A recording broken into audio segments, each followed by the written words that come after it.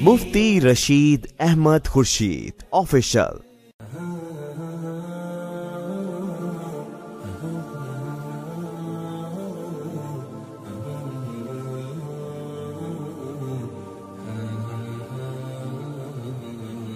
बिस्मिल्लाहिर्रहमानिर्रहीम नहमदुहु व नुसल्ली अला रसूलिहिल करीम अम्मा बाद।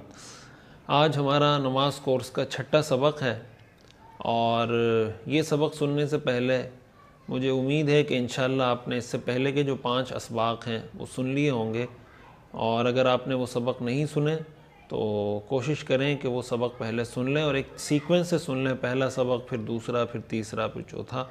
ये 10 असबाक पर मुश्तमिल पूरा नमाज का कोर्स है। अल्लाह ताला की ज़ात से उम्मीद है कि अगर इसको आप बेहतर तरीके से सुन लेते हैं, और सुनने का मतलब भी ये नहीं कि आप इसको एक दफ़ा सुन लें और सुन के छोड़ दें, बल्कि इसको सुनते रहें, सुनाते रहें, डिस्कस करते रहें, बार बार मसाइल सीखने की नीयत से। तो इंशाअल्लाह उम्मीद है कि इसमें जो आपके मुताल्लिक़ नमाज के जितने भी आपसे मुताल्लिक़ मसाइल हैं, उनमें से बहुत सारे मसाइल आपको समझ भी आ जाएंगे और आपको बहुत आसानी भी हो जाएगी। आज जो हमारा सबक है, अपने मामूल के मुताबिक सबसे पहले एक हम तरीक़ा ज़िक्र करते हैं नमाज में तवज्जो हासिल करने का। उलमाए किराम ने अपने तजर्बात की रोशनी में एक बहुत ही बेहतरीन तरीक़ा तजवीज़ किया है कि नमाज में खुशू खुजू हासिल करने के लिए वो तरीक़ा ये कि नमाज में जब हम कुरान करीम की तिलावत करते हैं तो कुरान करीम की तिलावत करते हुए हम मुख्तलिफ़ मकामात से कुरान करीम की तिलावत करें। आप देख लें, हमारे यहाँ अमूमन यही होता है ना कि 1-2 सूरतें याद की हैं, कुल हुवल्लाहु अहद या कुल अऊज़ु बिरब्बिन नास, तो बस वही जो सूरतें होती हैं वो बार बार रिपीट की जा रही होती हैं, बार बार दोहराई जा रही होती हैं और उसी को बार बार पढ़ा जा रहा होता है। अच्छा, इसका नतीजा क्या होता है कि जब एक ही सूरत आप बार बार पढ़ रहे होते हैं तो उसका नतीजा ये होता है कि वो इंसान की ज़बान पर ऐसे वो चीज़ फिट हो जाती है या ऐसे सेट हो जाती है कि वो नमाज शुरू करता है, सूरह फातिहा पढ़ता है, सूरत पढ़ लेता है, नमाज मुकम्मल हो जाती है। सलाम फेरने के बाद भी उसको बाद में पता नहीं चल रहा होता कि नमाज मुकम्मल हो गई या नहीं हुई। और बाज़ औक़ात अगर आप नमाज़ पढ़ने के बाद उससे पूछ लें कि भाई आपने कौन सी सूरत पढ़ी, तो उसके जहन में नहीं होता कि यार मैंने कौन सी जगह से पढ़ी है। वजह उसकी ये होती है कि ज़बान पर एक चीज़ जब आप बार बार रिपीट कर रहे होते हैं और एक ही सीक्वेंस में बार बार वो चीज़ें पढ़ी जा रही होती हैं तो तवज्जो कम होती चली जाती है। अगर ये मामूल बना लिया जाए कि हर नमाज में अलग अलग जगह से पढ़ने की कोशिश की जाए, उसके लिए मैं आपको कुछ स्टेप्स बता देता हूँ।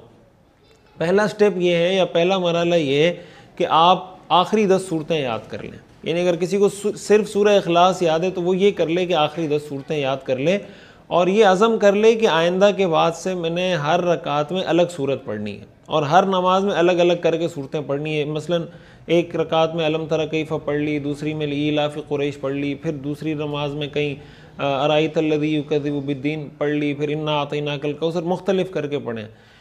और जब ये 10 सूरतें पूरी हो जाएं तो उसके बाद कोशिश करें कि जो आखिरी पारा है ना, मैं अक्सर साथियों को ये बात अर्ज़ करता हूँ कि ये कोशिश करनी चाहिए कि आप अगर हिफ्ज़ नहीं कर सकते, आप अपने बच्चों को हिफ्ज़ नहीं करा सकते, कम से कम ये काम कर लें। कम से कम क्या, आखिरी पारा याद कर लें। अम्मा यतसाअलून का जो पारा है ये ख़ुद भी याद कर लें, अपने बच्चों को भी हिफ्ज़ करवा लें। वो लोग भी जो अपने बच्चों को हिफ्ज़ नहीं करा सकते, कम से कम ये करवा लें। तो एक स्टेप ये हो गया कि आप आखिरी 10 सूरतें याद कर लें। अगले मरहले में आप थोड़ा आगे बढ़ जाएँ तो आखिरी पारा याद कर लें, और इससे थोड़ा और आगे बढ़ जाएँ तो एक काम आप और कर सकते हैं कि जो कुरान करीम की बड़ी बड़ी सूरतें जैसे सूरह बकरा है, सूरह आले इमरान है, सूरह निसा है, सूरह माइदा है, इसकी आखिरी 3-3 आयात याद कर लें। सूरह बकरा की आखिरी 3 आयात याद कर लें, सूरह आले इमरान की आखिरी 3 आयात याद कर लें, सूरह निसा की आखिरी 3 आयात याद कर लें, और हर नमाज में कोशिश करें अलग अलग करके पढ़ें। और जब आदमी अलग अलग मकाम से पढ़ रहा होता है ना कुरान करीम, उसका फ़ायदा ये होता है कि उसकी तवज्जो होती है। तवज्जो इसलिए होती है कि उसको ये डर लग रहा होता है कि यार कहीं गलती ना हो जाए, इसलिए कि गलती हो जाए तो पता नहीं फिर मैं आगे पढ़ सकूंगा नहीं पढ़ सकूंगा। तो इस तवज्जो की वजह से वो नमाज में भी मुतवज्जह रहता है, और नमाज में जब तवज्जो रहेगी तो उसको खुशू खुजू भी हासिल हो जाएगा। तो ये एक बहुत ही अहम और मुफीद ऐसा तरीक़ा है जिसको उलमा ने लिखा है, इसको इख्तियार कर लिया जाए तो अल्लाह ताला की ज़ात से उम्मीद है कि हमारी नमाज़ें बेहतर हो सकती है। मैं ये गुजारिश करूँगा कि बार बार मैं ये गुजारिश करता हूँ कि इस सबक को सिर्फ इस तरह ना सुने कि बस सुना और गुजार दिया, बल्कि अमल की नीयत से सुने, आज़म करें, इरादा करें। मैं ख़ुद भी आज़म इरादा करता हूँ, आप भी करें। अल्लाह ताला मुझे भी तौफ़ीक़ दे, अल्लाह ताला आपको भी तौफ़ीक़ दे, ताकि हमारी नमाज़ें बेहतर हो जाएँ। अच्छा, अब तक जो मसाइल, अब हम आते हैं मसाइल की तरफ। मसाइल में अब तक हमने तकबीर तहरीमा के मसाइल पढ़ लिए हैं, क़याम से मुतालिक जो मसाइल हैं वो पढ़ लिए हैं, क़िराअत से मुतालिक जो मसाइल हैं वो पढ़ लिए हैं, रुकू कौमा इसके मसाइल हम पढ़ चुके हैं। अब हम आते हैं सजदे के मसाइल की तरफ। सजदे के मसाइल आप ये समझें कि हमारे जो दो असवाक हैं ना, अभी ये छठा सबक और फिर सातवां सबक, इन दोनों में हम सजदे के मसाइल डिस्कस करेंगे। उसमें हम पहला जो सबक है यानी आज का जो हमारा सबक है, इसमें सजदे के जो सिंपल सजदा है हमारा उसके मसाइल डिस्कस होंगे। और फिर जो दूसरा सबक है हमारा यानी सातवां सबक, उसके अंदर हम सजदे शुक्र, सजदे दुआ, सजदे तिलावत, सजदे सहव, ये जो मुख्तलिफ़ किस्में हैं सजदे की, इसके मसाइल डिस्कस करेंगे। यकीनन हम सबको इससे वास्ता पड़ता है कि सजदे सहव कैसे करना है, सजदे तिलावत कैसे करना है, सजदे दुआ कैसे करना है, सजदे शुक्र, उसके मसाइल इंशाअल्लाह हम सातवें सबक में डिस्कस करेंगे। सबसे पहले हम आते हैं कि सजदे में जब जाते हैं, रुकू से उठने के बाद जब सजदे में जाएंगे तो जाने का तरीक़ा क्या होगा। तो सजदे में जाने का तरीक़ा ये कि रुकू से आपने समी अल्लाहु लिमन हमीदा रब्बना लकल हम्द कहकर आप खड़े हो गए, अब आपने सजदे में जाना है। तो सजदे में इस तरह जाएं कि ज़मीन पर हाथ लगने से पहले पहले कमर में झुकाव ना आए, यानी जैसे आदमी खड़ा हुआ है ना तो यूं ही नीचे आ जाए, यूं करके नीचे ना आए। सजदे में रुकू से उठा तो यूं आए, जब ज़मीन पे हाथ लगे तब उसकी कमर झुके। ये असल तरीक़ा है सजदे में जाने का। फिर उसके बाद सबसे पहले घुटने ज़मीन पर रखें, फिर उसके बाद हाथ ज़मीन पर रखें, फिर उसके बाद अपनी पेशानी, नाक और सर ये ज़मीन पर रखें। इस तरीक़े से सजदे में जाना है। अच्छा, और जब सजदे से उठेंगे तो सजदे से उठने का तरीक़ा ये कि सजदे से उठते वक्त पहले आप सर उठाएंगे, फिर हाथ उठाएंगे, फिर घुटने उठाएंगे, और उठते हुए जब आप खड़े होंगे तो ज़मीन का सहारा लेकर, ज़मीन पर टेक लगाकर ये नहीं करना, बल्कि ज़मीन का सहारा लिए बग़ैर डायरेक्ट सीधे खड़े हो जाना है। पहले सर उठाया, फिर हाथ उठाए, फिर घुटने उठाए, और फिर इसी तरह सीधे स्ट्रेट खड़े हो गए। तो ये सजदे में जाने का तरीक़ा है और सजदे से उठने का तरीक़ा है। अब हम आते हैं अपनी दूसरी बात की तरफ कि सजदे में जाते वक्त तसव्वुर क्या होना चाहिए।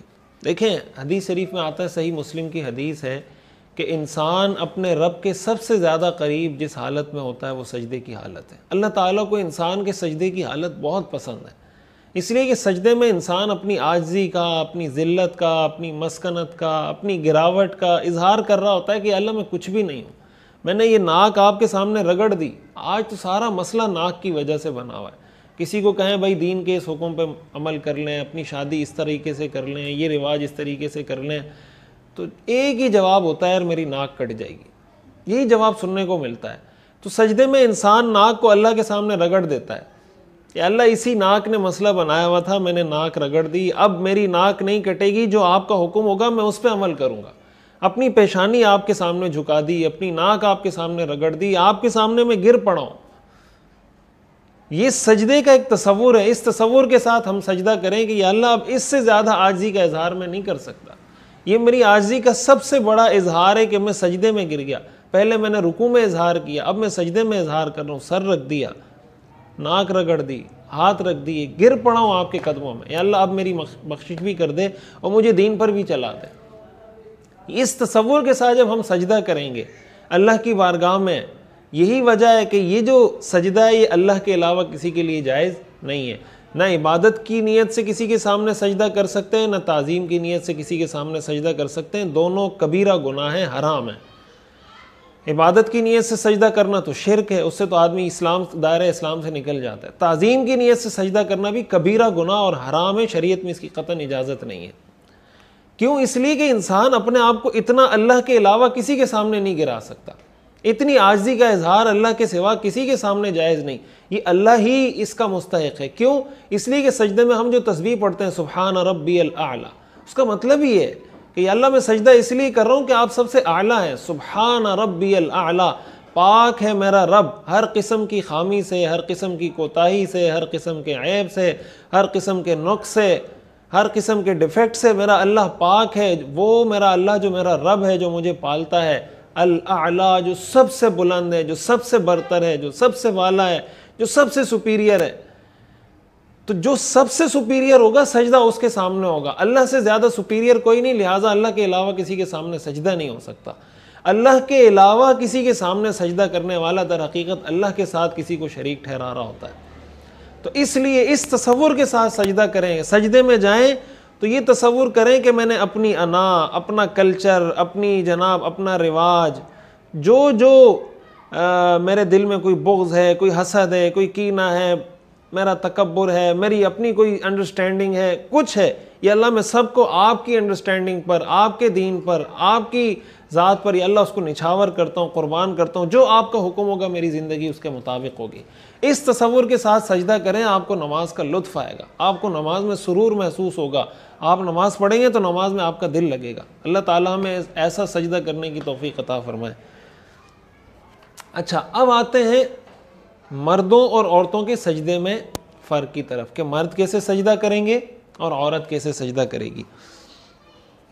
सजदे में सर को दोनों हाथों के दरमियान रखना है, यानी सर आपका होगा, दोनों हाथों के दरमियान आप सर रखेंगे और इस तरीके से रखें कि दोनों अंगूठों के जो सिरे हैं ये कानों की लो की सीध में आ जाए। मिलाने नहीं है, लेकिन आप इस तरह रखें कि आपकी अंगूठे की जो सिरे हैं ये कानों की लो की सीध में आ जाए। इस तरीके से दोनों हाथों के दरमियान अपने सर को रखना है सजदे की हालत में।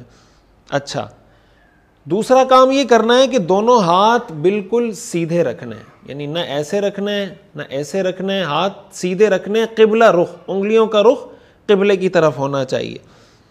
तीसरी बात यह है कि कोहनियाँ ज़मीन से उठी हुई होनी चाहिए, यानी कोहनियाँ ज़मीन पे लगी हुई ना हो, ज़मीन से उठी हुई हो, ज़मीन से उठी हुई हो, ज़मीन पे लगी हुई ना हो। चौथी बात यह है कि बाजू पहलुओं से जुदा हो, यानी इस तरह सजदा नहीं करना, इस तरह सजदा करना है, ज़मीन से भी उठा हुआ हो, पहलुओं से भी जुदा हो। लेकिन इसमें एक बात का ख्याल ये रखना है कि जब जमात के साथ नमाज पढ़ रहे हो तो हाथ बहुत ज़्यादा फैलाएं नहीं, इस यूँ ना करें ताकि आपके साथ जो खड़ा हुआ शख्स है उसको सजदे में मुश्किल ना हो। ज़मीन से उठाएं, पहलुओं से इस अंदाज में उसको अलग रखें कि सामने साथ वाले को इस तरफ जो खड़ा हुआ है या उस तरफ जो खड़ा हुआ है उसको नमाज पढ़ने में मुश्किल ना हो। और अगली बात यह कि राने पेट से जुदा हो, यानी रान और पेट मिली हुई ना हो, रान पेट में फासला हो। तो ये नमाज में सजदे का तरीका है कि सर आपका दो हाथों के दरमियान हो, उंगलियों का रुख किबले की तरफ हो, कोहनियाँ ज़मीन से उठी हुई हो, बाजू पहलुओं से जुदा हो, राने पेट से जुदा और रानों और पेट के दरमियान फासला हो। यह है सजदे का तरीका मर्दों के लिए। और सजदे में इस चीज़ का लिहाज रखना है कि पूरे सजदे में नाक और पेशानी दोनों ज़मीन पर लगी रहनी चाहिए। बिला ज़रूरत सिर्फ पेशानी रखना, नाक सजदे में ना रखना, ये ठीक नहीं है। कोई उज़र है, किसी का कोई मसला है, वो नहीं रख पा रहा, कोई बीमारी है, वो तो ज़ाहिर है उज़र की हालत में तो बहुत सी चीज़ें जायज़ हो जाती हैं। लेकिन जब सजदा करें ये इस बात को यकीनी बनाएं कि सर भी लगा हुआ है, पेशानी भी, और नाक भी ज़मीन पर लगी हुई है। इस बात का भी लिहाज रखें कि पाँव ज़मीन से उठने नहीं चाहिए।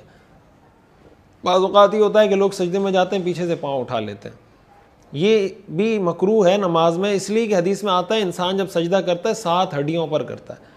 2 हाथ हो गए, 2 घुटने हो गए, इसी तरह 2 पैर हो गए और 1 पेशानी हो गई। इन 7 आज़ा पर सजदा किया जाता है। तो टांग को उठाने का मतलब ये कि आप उस हड्डी पर सजदा नहीं कर रहे। अच्छा, इससे मुतालिक एक बात, पहले मैं मज़ीद एक ये तरीका मुकम्मल कर लूँ। सजदे में जब जाएं तो उंगलियों का, जो पाँव की उंगलियों का रुख कोशिश करें किबले की तरफ रखें, यानी जितना उसको मोड़ सकते हैं उंगलियों का रुख किबले की तरफ कर सकते हैं, इस तरीके से उसको रखा जाए। अच्छा, सजदे के हवाले से एक बात मैं ये अर्ज़ कर रहा था कि बाज़ लोग ये पूछते हैं कि अगर सजदे में पाँव उठ गया तो क्या नमाज हो जाएगी या नमाज नहीं होगी। तो देखें, सजदे में अगर एक लम्हे के लिए भी आपकी दोनों टांगें ज़मीन पर रहीं तो सजदा आपका हो गया, नमाज भी हो जाएगी। लेकिन बिला ज़रूरत इस तरीके से पाँव उठाना, पैर उठाना सजदे में, ये मकरूह है। थोड़ी देर के लिए भी पाँव ज़मीन पर लग गए, सजदा बहरहाल हो जाएगा, नमाज आपकी हो जाएगी। लेकिन उसका ये मतलब नहीं कि थोड़ी देर पाँव ज़मीन पर रख के फिर आप पाँव उठा लें ज़मीन से, बल्कि मुस्तकिल उसको ज़मीन पर रखना है। अच्छा, औरत के सजदे का तरीक़ा, औरत के सजदे में और मर्द के सजदे में फ़र्क है। मैं अगेन ये रिपीट कर दूं, बहुत सारे हज़रात ये सवाल कर रहे होते हैं इसकी दलील क्या है, उसकी दलील क्या है, ये फ़र्क की दलील क्या है। तो मेरा इरादा ये है, इंशाअल्लाह आप दुआ करें अल्लाह ताला हिम्मत और तौफ़ीक़ दे कि इसका हम लेवल 2 इंशाल्लाह इरादा है डिज़ाइन करने का। तो लेवल 1 में सिर्फ मसाइल होंगे, लेवल 2 में हम इसके दलाइल ज़िक्र करेंगे। अल्लाह ताला हिम्मत दे तो इंशाल्लाह मेरा इरादा है वो कोर्स भी हम डिज़ाइन करेंगे, उसको फिर हम अनाउंस भी कर देंगे। जो उसमें इंटरेस्टेड हों तो वो उसमें फिर दाखिला ले सकते हैं और उसको सीख सकते हैं इंशाल्लाह। औरतों के सजदे का तरीक़ा ये है कि औरतें सजदे की हालत में बाजुओं को बगल और पेट, बाजुओं को बगल से, यानी हमने मर्द के बारे में ये कहा ना कि उसके बाजू पहलुओं से जुदा हो, औरत के लिए हुक्म है कि बाजू पहलुओं से मिले हुए हो। मर्द को ये कहा कि पेट रान से जुदा हो, औरत के लिए हुक्म ये कि पेट रान से मिला हुआ हो। अच्छा, इसी तरह मर्द के लिए हुक्म था कि कोहनियाँ ज़मीन से उठी हुई हों, औरत के लिए हुक्म ये है कि कोहनियाँ वो ज़मीन पर बिछा कर सजदा करें। मर्द के लिए हुक्म ये है कि पाँव खड़े करें, किबला रुख करें उंगलियों को। औरत को हुक्म यह है कि दोनों पाँव दाएं तरफ निकाल दें और खूब सिमट कर सजदा करें। औरत की नमाज में जितना वो औरत सिमट कर नमाज पढ़ेगी, जो पर्दे के सतर के जितना ज़्यादा करीब होगा, औरत की नमाज उतनी बेहतर होगी। औरत की नमाज में जो बुनियादी एक फ़लसफ़ा है वो ये कि औरत की नमाज का तरीक़ा कार हैत ऐसी होनी चाहिए जिसमें सतर का, पर्दे का, हया का एलिमेंट जितना ज़्यादा होगा उतनी उसकी नमाज शरीयत के मुताबिक होती चली जाएगी। तो कोहनियाँ ज़मीन पर हो, बाजू पहलुओं से मिले हुए हों, पेट रान से मिला हुआ हो, टांगे खड़ी ना हो बल्कि दाएं तरफ टांगे निकाल कर और खूब सिमट कर सजदा करें। और जब उंगलियां होंगी उंगलियों का रुख क़िबले की तरफ होगा। ये औरतों के सजदे का तरीक़ा है। अच्छा, अब हम आते हैं सजदे के कुछ अहम 3 मसाइल की तरफ। अगर आप जमात से नमाज़ पढ़ रहे हैं तो इस बात को यकीनी बनाएं कि ना तो इमाम से पहले सजदे में जाएं, न इमाम से पहले सजदे से सर उठाएं। हमारे यहाँ ये एक बड़ा मसला होता है, बाद लोग इमाम से आगे निकलने की कोशिश कर रहे होते हैं। यानी इमाम आहिस्ता नमाज़ पढ़ाए तो मुक्तदियों को मसला होता है कि आप आहिस्ता नमाज़ पढ़ाते हैं, तेज़ पढ़ाए तो वो कहते हैं कि आप तेज़ पढ़ाते हैं। बड़े मसले मसाइल अइम्मा हज़रात फेस कर रहे होते हैं। तो बाज़ लोगों की स्पीड ज़्यादा होती है नमाज की, वो इमाम से पहले सजदे में पहुँचे होते हैं। बाज़ लोगों की इतनी स्लो होती है कि इमाम सजदे में पहुँच जाता है, वो फिर भी खड़े रहते हैं। तो इसमें एतदाल और बैलेंस लाने की ज़रूरत है।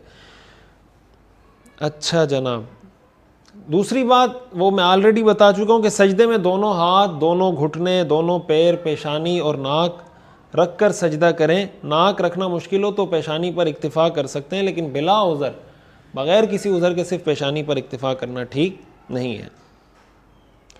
अच्छा, कोई आदमी बीमार है, माजूर है, सजदा नहीं कर सकता, वो बैठ के नमाज़ पढ़ रहा है, इशारे से नमाज़ पढ़ रहा है, तो कोई चीज़ उठाकर यूँ सजदा नहीं कर सकता वो कि यार सर तो नीचे नहीं कर सकता, वो टेबल उठा के यूँ कर दो, ये नहीं कर सकता। बस फिर इशारे से ही सजदा करें। कोई चीज़ उठाकर सर पे लगाना, इससे सजदा नहीं होगा। ऐसी सूरत में सजदे का इशारा कर लें। सजदे से मुतालिक एक बात ये भी समझे कि इस नमाज में दोनों सजदे फ़र्ज़ हैं। दोनों सजदे फ़र्ज़ हैं। फ़र्ज़ होने का मतलब ये है कि दोनों सजदों में से कोई एक सजदा भी अगर नमाज में रह गया तो उसकी नमाज नहीं होगी, वो नमाज उसको दोबारा पढ़नी पड़ेगी, सजदे साहब से भी नहीं होगी। अच्छा जनाब, एक मसला ये भी समझ लेना चाहिए कि अगर सजदे में गलती से रुकू की तस्बीह पढ़ ली या रुकू में गलती से सजदे की तस्बीह पढ़ ली, सजदे में गया सुबहान रब्बियल अज़ीम पढ़ लिया या रुकू में सुबहान रब्बियल आला पढ़ा, तो नमाज इससे भी हो जाएगी, नमाज पे फ़र्क नहीं पड़ेगा। लेकिन अगर सजदे में याद आ जाता है तो फिर सजदे की तस्बीह भी पढ़ ले। रुकू में सजदे की पढ़ ली गलती से और याद आ गया तो रुकू में फिर रुकू वाली भी पढ़ ले।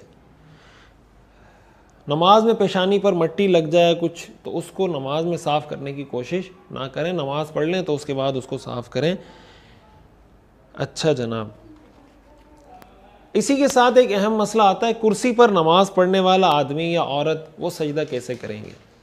तो कुर्सी पर नमाज पढ़ने से मुतालिक एक बात ये याद रखें कि फ़ुक़हा ने एक उसूल ये ज़िक्र किया है कि सजदा उस शख्स पर, यानी क़याम, नमाज में क़याम करना उस शख्स पर लाजिम होता है जिस पर सजदा लाजिम हो। जिस पर सजदा फ़र्ज़ होगा उस पर नमाज में क़याम करना भी फ़र्ज़ होगा।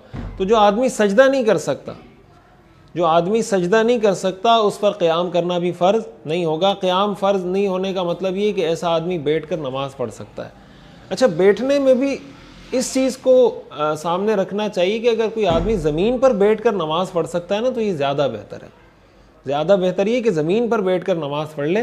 हाँ, उसका कोई ऐसा मसला है, डॉक्टर ने कहा हुआ है, या कमर में कोई ऐसा मसला है कि ज़मीन पर बैठने से उसकी बीमारी बढ़ने का अंदेशा है, कोई भी उसको लगता है, तो फिर कुर्सी पर बिल्कुल वो बिला तकल्लुफ़ और बग़ैर किसी कराहत के वो नमाज़ पढ़ने के लिए बैठ सकता है। अच्छा, ऐसी हालत में भी जब आप कुर्सी पर नमाज़ पढ़ रहे हो, अफजल ये है, यानी आप पर लाजिम तो नहीं है, जब आप कुर्सी पर नमाज़ पढ़ रहे हो तो ये भी आपको इजाज़त है कि आप शुरू से ही बैठ के नमाज़ पढ़ें, लेकिन अफजल तरीक़ा ये है कि आप क़िराअत वग़ैरह खड़े होकर कर लें, और जब सजदे की बारी आए तो फिर कुर्सी पर बैठकर या ज़मीन पर बैठकर इशारे से सजदा कर लें। अगर कोई आदमी बैठकर पूरी नमाज़ पढ़ लेता है ऐसी हालत में कि वो सजदा नहीं कर सकता, तो पूरी नमाज भी पढ़ सकता है, लेकिन ज़्यादा बेहतर और अफजल तरीक़ा उसके लिए है कि नमाज में क़िराअत खड़े होकर कर ले, बाद में रुकू सजदा इशारे से करना चाहता है तो वो इशारे से कर ले। अच्छा जनाब, अच्छा, इशारा करते वक्त जब सजदे का इशारा करेंगे तो उसमें इस चीज़ का ख्याल रखना चाहिए कि रुकू और सजदे के इशारे में, मसलन रुकू के लिए कोई आदमी इतना झुकता है, ठीक है, तो सजदे के लिए जब वो दोबारा आप जाएगा तो सजदे के लिए थोड़ा ज़्यादा झुक जाएगा, यानी फ़र्क हो उसमें, डिपेंड करता है। कोई आदमी इतना झुक सकता है रुकू में तो सजदे में इतना झुक जाए, कोई रुकू में इतना झुक सकता है तो सजदे में थोड़ा और झुक जाए। कहने का मकसद ये है कि रुकू और सजदे के इशारे में कोई फ़र्क होना चाहिए। रुकू के लिए आप जितना झुक रहे हैं, फिर आप खड़े हुए तो सजदे के लिए थोड़ा सा उससे ज़्यादा झुक जाएं। ये इशारे से सजदा करने का ये तरीक़ा है। अच्छा जनाब, अगर कोई नरम गद्दे पर सजदा कर रहा है नमाज़ पढ़ते हुए, तो गद्दा अगर इतना नरम है कि उस पर सर टिकता ही नहीं है तो फिर उस पर सजदा नहीं होता, लेकिन अगर वो गद्दा नरम है लेकिन इतना नरम है कि उस पर सर टिक जाता है, वो सर के वज़न को बर्दाश्त करके एक जगह टिक रहा है, तो ऐसी सूरत में उस पर सजदा करना जायज़ है। अच्छा, ये तो सजदे के कुछ ज़रूरी मसाइल थे। अब आते हैं सजदे की तस्बीह की तरफ। सजदे में जो हम तस्बीह पढ़ते हैं वो है सुब्हान रब्बियल आला। इसका तर्जुमा यह है कि पाक है हर किस्म की खामी और हर किस्म के ऐब से पाक है मेरा रब अल आला, जो सबसे बुलंद है, जो सबसे बरतर है, जो सबसे बाला है। ये इसका तर्जुमा है। अब सजदे की तस्बीह पढ़ते वक्त इंसान ये तसव्वुर कर ले कि मैं उस दरबार में झुका हुआ हूँ, या उस ज़ात के साथ मैं अपने ताल्लुकात बनाने की कोशिश कर रहा हूँ जो सबसे बरतर है। आप देखें किसी आदमी का इलाके में SHO के साथ ताल्लुक़ हो तो वो थोड़ा मूँछों को ताव दे के फिरता है, भाई लोग भी कहते हैं भाई SHO के साथ ताल्लुकात हैं इसके।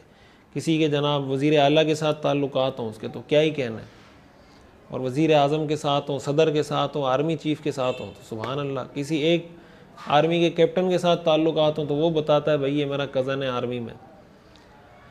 तो जिस आदमी का डायरेक्ट अल्लाह के साथ ताल्लुक़ होगा वो कितना बड़ा आदमी होगा, वो कितना काबिल कदर आदमी है, कितना रिस्पेक्टफुल आदमी है वो।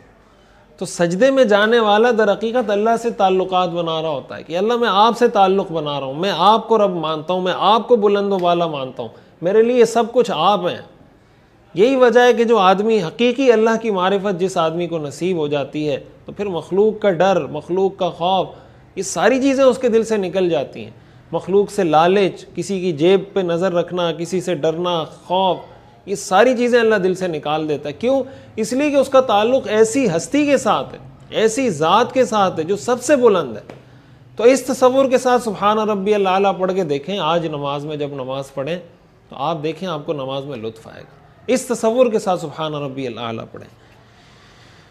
अच्छा, अब सजदे के बाद हम बैठते हैं, जैसे रुकू में मैंने आपको बताया था रुकू से उठते हैं उसको हम कौमा कहते हैं। सजदे में गए, अब सजदे से दोबारा बैठेंगे ना, तो जो दोबारा बैठना है इसको इस्तिलाह में इसकी जो टर्म इस्तेमाल होती है इसको कहते हैं जलसा। जलसा हम कहते हैं ना, जलसा हो रहा है, इसको जलसा कहते हैं। रुकू से उठने को कौमा और सजदे से उठने को जलसा कहा जाता है। जलसे से मुताल्लिक दो अहम मसाइल समझने चाहिए।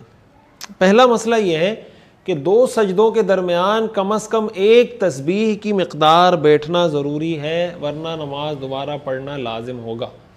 आपने देखा होगा बाद लोग सजदे से उठते हैं, यूँ उठे, थोड़ा सा इशारा किए, दोबारा झट से नीचे, इससे नमाज नहीं होगी। सजदे से उठें, बैठ जाएं, कम से कम इतनी देर बैठें जिसमें एक मरतबा सुब्हान रब्बियल आला या सुब्हान अल्लाह या सुब्हान रब्बियल अज़ीम उसमें पढ़ा जा सके, फिर दोबारा सजदे में जाएं। दूसरा मसला ये याद रखें कि ये जो जलसा है इसकी कुछ मसनून दुआएं हैं। तो जलसा जब करें उसमें मसनून दुआएं ज़रूर पढ़ें, नवाफिल में भी पढ़ें, फ़राइज़ के अंदर भी पढ़ें। ये सही अहादीस से साबित है, इसका अहतमाम करना चाहिए। इमाम नमाज़ पढ़ा रहा हो उसको भी अहतमाम करना चाहिए, औरतें पढ़ रही हों उनको भी अहतमाम करना चाहिए, नफिल पढ़ें तब भी अहतमाम करना चाहिए। सुन्नत अमल है। हदीस शरीफ में आता है रसूलुल्लाह सल्लल्लाहु अलैहि वसल्लम का सजदा और जलसा, इसकी जो ड्यूरेशन थी वो तकरीबन बराबर होती थी। यानी जितनी देर में आप सजदा करते थे उतनी ड्यूरेशन के लिए आप जलसा करते थे, और उस जलसे में आप दुआएं पढ़ते थे। उन दुआओं में से कुछ दुआएं, दो दुआएं मैं आपको बता देता हूँ। अल्लाहुम्मा अग़फ़िरली वरहमनी वजबुरनी वहदिनी वरज़ुक़नी। मैं कोशिश करूँगा कि ये अगर हम इस पर लिख भी सकें तो अच्छा हो जाएगा, ताकि आपको पढ़ने में आसानी हो। अल्लाहुम्मा अग़फ़िरली, या अल्लाह मेरी मग़फ़िरत फरमा, मेरे गुनाहों को बख्श दीजिए। वरहमनी, या अल्लाह मुझ पर रहम फरमा दीजिए। वजबुरनी, मेरे से जो कमी कोताहियाँ हो गई है उसकी तलाफ़ी फरमा दे, या अल्लाह उसको पूरा फरमा दे। वहदिनी, या अल्लाह मुझे हिदायत अता फरमा दे। वरज़ुक़नी, या अल्लाह मुझे रिज़्क़ अता फरमा दे। ये सुन्नत है, मसनून है ये दुआ पढ़ना। कितनी बेहतरीन दुआ है। एक दुआ और भी है, ये पढ़ लें या ये पढ़ लें। अल्लाहुम्मा अग़फ़िरली वरहमनी वआफ़िनी वहदिनी वरज़ुक़नी। ए अल्लाह मेरी मग़फ़िरत फरमा, ए अल्लाह मुझ पर रहम फरमा, ए अल्लाह मुझे आफ़ियत अता फरमा, ए अल्लाह मुझे हिदायत अता फरमा, ए अल्लाह मुझे रिज़्क़ अता फरमा। अब ये दुआ अगर हम नमाज में बार बार मांगे तो कितनी कम्प्रिहेंसिव दुआ है। मग़फ़िरत की दुआ भी है, रहमत की दुआ भी है, रिज़्क़ की दुआ भी है, गुनाहों की कमी को दूर करने की दुआ भी है, आफ़ियत की दुआ भी है। ये सब कुछ अगर एक इंसान को मिल जाए उसको दुनिया में और चाहिए क्या। उसको बख्शिश भी मिल गई, रहमत भी मिल गई, रिज़्क़ भी मिल गया, आफ़ियत भी मिल गई, गुनाहों की तलाफ़ी भी हो गई। सुभान अल्लाह, और उसको क्या चाहिए, उसकी तो मौजें लग गई।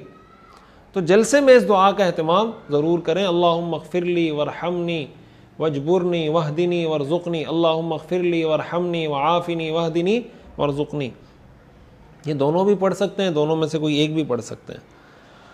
और इस सबक का आखिरी मसला जो हमने समझना है वो ये है कि जलसे में मर्द और औरतों के बैठने का तरीक़ा क्या होगा। ये जलसे में बैठने का तरीक़ा भी है और तशहुद में बैठने का तरीक़ा भी है। मर्द के लिए तरीक़ा ये है कि वो जब तकबीर कहकर बैठेंगे तो बायां पाँव बिछा देंगे, बायां पाँव बिछा देंगे, यानी ये बायां पाँव आपने बिछा दिया, दायां पाँव खड़ा कर देंगे, बायां पाँव बिछाकर दायां पाँव खड़ा कर देंगे और उंगलियों का रुख किबले की तरफ कर देंगे। तो दायां पाँव आपका खड़ा होगा, बायां पाँव बिछा हुआ होगा। इस तरीके से कादे में भी बैठना है, इसी तरीके से जलसे में भी बैठना है। और हाथ रानों पर इस तरह रखें कि आपकी उंगलियां जहाँ घुटना है वहाँ पर आपकी उंगलियां जाके ख़त्म हो रही हैं, यानी आपकी उंगलियां बाहर ना निकली हुई हों। यानी अगर यहाँ आपका घुटना है तो उंगलियां यहाँ ना निकली हुई हों, बल्कि यहाँ पर आपकी उंगलियां आके ख़त्म हो रही हों। अच्छा, बाद लोगों के यहाँ मशहूर है कि भाई अगर घुटने से आगे उंगलियां निकल गई तो पता नहीं आदमी जहन्नम में जाएगा, इस तरह की भी बातें मशहूर हैं। इसकी कोई हकीकत नहीं है। सुन्नत तरीक़ा यही है कि जहाँ आपका घुटना है वहाँ पर आपकी उंगलियाँ ख़त्म हो रही हों। तो और मर्द कादे में भी इस तरह बैठेंगे, जलसे में भी इस तरह बैठेंगे। ख़वातीन का तरीक़ा यह है जलसे में और कादे में बैठने का कि वो दोनों पाँव दाएं तरफ निकाल देंगी, दोनों पाँव दाएं तरफ निकाल के और सुरीन पर बैठेंगी। मक़ाद पर बैठकर दोनों पाँव दाएं तरफ निकाल कर सिमट कर बैठ जाएंगी और उनकी जो रानें वो आपस में मिली हुई होंगी। ये ख़वातीन के जलसे में और कादे में बैठने का तरीक़ा है। तो ये आज हमारा सबक था जिसमें हमने खुशू खुजू हासिल करने का तरीक़ा, सजदे की मसनून दुआ, जलसे की मसनून दुआ, सजदे के ज़रूरी मसाइल, सजदा किस तसव्वुर के साथ करना चाहिए, इसको हमने समझा। इंशाअल्लाह अब हम अगले सबक की तरफ चलेंगे। तो अगले सबक में हमने सजदे तिलावत, सजदे शुक्र, सजदे सहव, सजदे दुआ, जो सजदे के मुख्तलिफ़ टाइप्स हैं इंशाअल्लाह उसको हम डिस्कस करेंगे। उसके तमाम मसाइल, सजदे सहव वाजिब कब होता है, उसका तरीक़ा क्या है, सजदे तिलावत कब वाजिब होता है, उसके मसाइल क्या हैं, इंशाअल्लाह हम 7वें सबक में डिस्कस करेंगे। अल्लाह ताला हमें समझने और अमल करने की तौफ़ीक़ अता फ़रमाए। व आखिरु दावाना।